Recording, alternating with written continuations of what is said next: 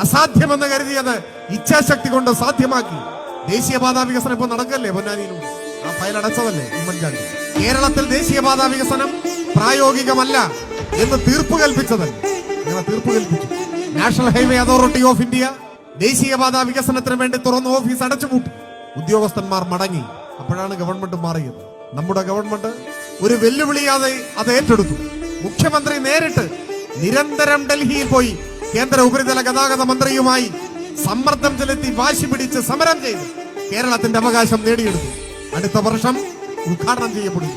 കേരളത്തിന്റെ രണ്ടറ്റങ്ങൾ തമ്മിൽ 2 സർവീസ് റോഡുകൾ കൂടി ചേരുമ്പോ 8 വരി പാത. കേരളത്തിന്റെ യാത്രാ സങ്കല്പങ്ങളിൽ വിപ്ലവകരമായ കുതിച്ചുചാട്ടമുണ്ടാകുന്ന മഹത്തായ